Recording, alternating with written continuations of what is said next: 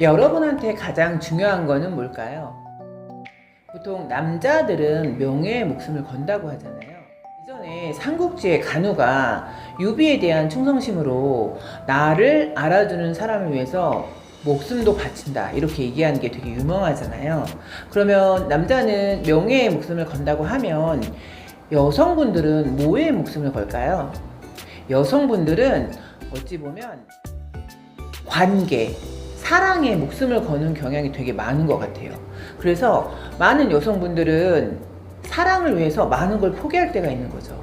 그런데 남성분들은 명예를 위해서 사랑을 포기할 때도 있는 거죠.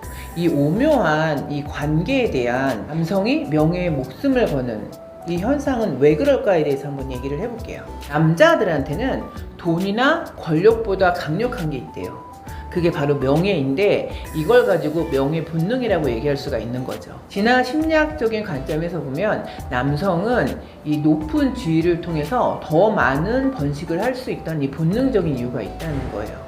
그래서 비슷하게 생긴 사람일 경우에는 더 뭐 약간 못생겼어도 지위가 더 높은 사람이 더 매력적으로 보이는 경우가 있다는 거예요. 그래서 남자한테 있어서 명예는 곧 생명력, 존재감, 매력적인 요소 모든 것이 된다는 거예요. 이 카네기의 인간관계론에 이 남자들이 명예에 대해서 얼마나 중요하게 생각하냐에 대해서 정리된 부분이 있어요. 이거 한번 잠깐만 읽어드려 볼게요.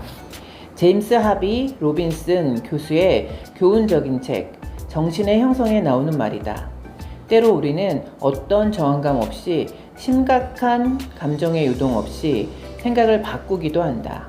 하지만 누군가 우리가 틀렸다고 지적하면 우리는 그러한 비난에 분개하고 우리의 마음은 완고하게 굳어버린다. 우리의 믿음은 별 생각 없이 만들어진다. 하지만 누군가 그러한 믿음을 빼앗아 가겠다고 하면 우리는 그 믿음에 대한 과도한 열정으로 가득 찬다. 우리가 소중히 여기는 어떤 이념들이 아니라 우리의 자존심이 위협받는 상황으로 여기는 것이다. 인간사에서 나의라는 소소한 말보다 더 중요한 말은 없다. 이를 제대로 파악하는 게 지혜에 이르기 위한 첫걸음이다. 이 책에는 그 판사님이 공소시효를 착각한 부분에 대해서 판사님 회사법에는 공소시효가 없습니다. 이 말 한마디로 모든 것을 무너뜨렸다는 거예요. 물론 이게 사실이긴 했지만 이 말 한마디로 인해서 판사님의 자존심을 건드린 거죠. 그리고 또 명예를 실추시켰다고 생각을 했던 거죠. 그래서 결과가 굉장히 안 좋게 전개됐다고 이 책에는 써 있어요. 남성분들이 말하는 명예라는 게 어떤 측면에서 보면 자존심 이렇게 해석될 때도 있는 것 같아요. 결국에는 타인의 인식 속에서 나를 발견하는 거죠. 그리고 타인이 평가하는 거에 대해서 나의 존재감이 형성된다고 믿는 시각이 있는 거죠. 거울 속의 자아라 그래서 밖에서 사회에서 나를 어떻게 보고 있나 이게 남성분들한테는 굉장히 중요하다는 거예요. 여성분들한테 중요한 건 관계인 것 같아요. 그리고 이성관으로 해석을 하면 사랑 이런 게 여성분들한테는 남성분들이 명예를 중요하게 생각하는 것만큼이나 여성분들에게는 관계 또는 사랑 이런 게 되게 중요한 거죠. 제가 어제는 간만에 여유 시간이 있어서 아침 일찍부터 밤 늦게까지 정말 하루를 꽉 차게 보냈어요. 소중히 생각하는 그 지인들하고 제가 그동안 정말 많은 신세를 지고 살았어요.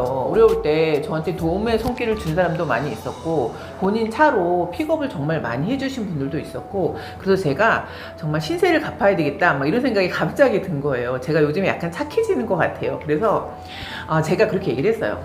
제가 그 스케줄을 다 짰고 그리고 제가 오래간만에 그 네 분을 다 내가 모시겠다 그랬고 제 차로 어디를 갔었냐면요 그 예술의 전당에서 지금 차갈전이 하고 있어요.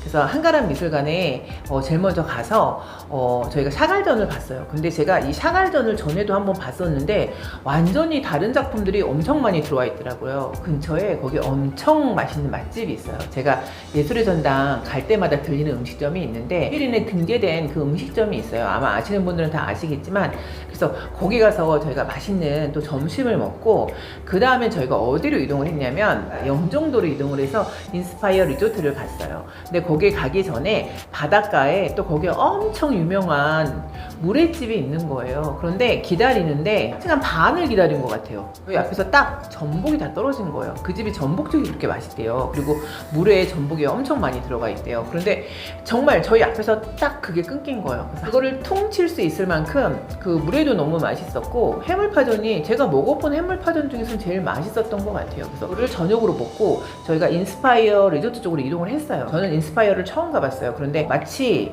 두바이에 온 느낌이 있더라고요. 인스파이어 리조트가 약간 그런 느낌이 있더라고요. 거기서 어떤 이벤트가 있었냐면 쇼핑몰도 되게 많이 있어요. 그런데 쇼핑몰이 의외로 되게 싸고 저렴하더라고요. 그래서 막 그런 거를 이렇게 구경을 하고 있었는데 갑자기 계산하려고 딱 그러니까 핸드폰이 없는 거예요. 요즘에 핸드폰에 다 들어있잖아요. 갑자기 순간적으로 머리가 너무 하얘지는 거예요. 핸드폰을 어디서 잊어버렸는지 모르겠는 거예요. 예술전당에서 잊어버렸나? 아니면 그 바닷가에서 잊어버렸나? 근데 너무 머리가 하얘져갖고 필름을 거꾸로 이렇게 돌린 거예요. 둘만한 장소가 일단은 화장실을 먼저 가본 거죠. 근데 화장실을 딱 갔는데 그 청소하시는 여사님이 저를 딱 보자마자 이게 사람이 느낌이라는 게 있나 봐요. 저를 딱 보자마자 혹시 핸드폰 잊어버리셨냐 그러시는 거예요. 그래서 제가 핸드폰을 잊어버렸다 했더니 일로 오시라고 그러더니 제가 그 들어갔던 칸에 문을 잠가 놓으셨더라고요. 그래서 문을 잠가 놓으셨고 거기서 그 문을 열어 놓으신 다음에 제 핸드폰을 주시더라고요. 그래서 제가 너무 감사하다고. 근데 그분이 말씀하시기를 그 핸드폰을 집어서 나오면 누군가가 찾으러 왔을 때 핸드폰을 못 찾잖아요. 잊어버린지도 모르고. 그래서 그 핸드폰 그 장소로 찾아올 거라고 생각해서 다른 사람이 들어가면 또 분실을 할 수 있는 우려가 있기 때문에 문을 잠가놨다고 말씀하시더라고요. 그래서 제가 너무 감동을 받았어요.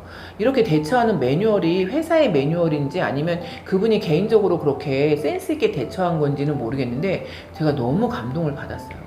정말 제가 갔을 때 그 여사님을 만나지 못했으면 그 핸드폰을 못 찾았을 거예요, 아마.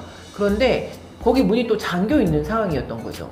그래서 성함을 알아갖고 왔어요. 그 홈페이지에다가 이렇게 칭찬의 글을 너무 써드리고 싶은 거예요. 정말 너무 그 현명하게 그 핸드폰, 요즘에 핸드폰을 잊어버린다는 거는 정말 그 안에 모든 정보가 다 들어가 있잖아요. 그래서 정말 너무 큰 타격이 있을 뻔 했는데 센스 있는 여사님 덕분에 핸드폰을 너무 기분 좋게 찾아갖고 와서 어제도 너무 럭키한 하루였다 막 이런 생각을 했어요. 그런데 저희가 너무 재밌게 놀고 막 거기 이런 뭐 레이저쇼 막 이런 것도 하잖아요. 그런 거 다 보고 막 이러고 오니까 집에 오니까 거의 12시가 다 된 거예요. 그런데 제가 일요일마다 예배 드린다고 말씀드렸잖아요. 그래도 저는 항상 첫 예배를 드려요. 근데 첫 예배가 7시 반인데 저랑 어저께 같이 갔던 그분 중에 한 분이 믿음 생활 안 하시는 분이 있으셨어요. 그래서 제가 그런 말씀을 드렸어요. 오늘 너무 행복한 하루고 핸드폰도 찾아서 더욱더 감사하고 정말 아침부터 저녁까지 너무 행복한 하루였다. 그럼에도 불구하고 나는 내일 일부 예배를 드릴 거다. 그리고 오늘 자기 전에 하나를 기도할 거다. 뭐를 기도할 거냐 그래서 같이 내일 일부 예배를 쫙 드리는 기도를 할 거다. 믿음이 없으시지만 일부에서 볼 수 있을 거라고 나는 생각을 한다. 그랬는데요. 이분이 오늘 아침에 일부 예배에 오신 거예요. 제가 너무 깜짝 놀랐잖아요. 그래서 너무 감사하다고 그랬더니 그분이 뭐라고 얘기를 하셨냐면 제가 어저께 아침부터 저녁까지 운전을 다 했다 그랬잖아요. 정말 자발적인 기쁨으로 제가 아침부터 저녁까지 피곤한 것도 하나도 몰랐어요.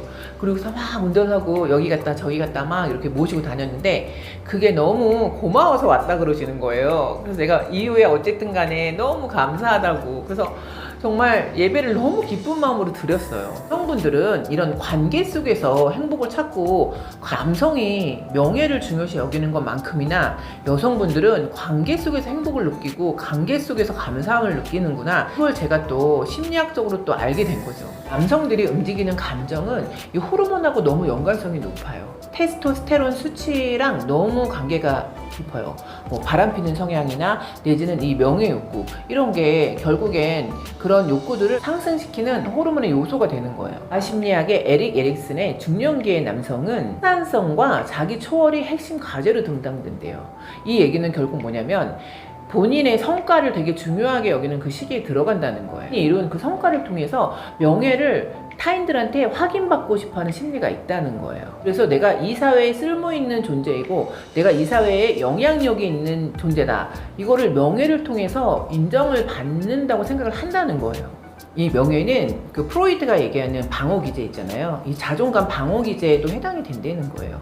그래서 많은 분들이 이런 뉴스나 매스컴 보시면 굉장히 고위 관리직들이 뭐 예를 들어서 아주 불명예스러운 그런 기사가 날 때 있잖아요. 뭐 여성 관계라든가 뭐 부적절한 관계라든가 뭐 비리라든가 뇌물수수라든가 이런 게 스캔들을 확 터져버리면 목숨을 끊으시는 분들이 있잖아요. 이분들한테는 그게 명예가 목숨보다 더 귀한 거죠. 그래서 그렇게 본인이 추락하는 그거를 허용을 못하는 심리가 있는 거예요. 그래서 본인 명예가 실추가 되면 사회적인 존엄성이 없어졌다고 생각하는 경향이 있다는 거예요. 결국은 남자들한테 있어서 명예라는 거는 허영심이 아니라는 거예요. 삶의 전부이고 존재의 이유이고 살아갈 목적이 되고 가치가 되는 거라는 거예요. 그래서 그 명예가 무너지면 삶 전체가 무너진다고 그렇게 생각을 하는 게 있대요. 그렇기 때문에 이 남성의 기본적인 이 명예욕, 이 명예적인 심리 이런 거를 이해하고 접근을 하시면 그거를 통해서 그 사람의 자존감을 올려줄 수도 있는 거고 또 그런 부분들을 피해서 현명하게 인간관계를 맺을 수 있는 게 아닌가 그런 생각이 들었습니다.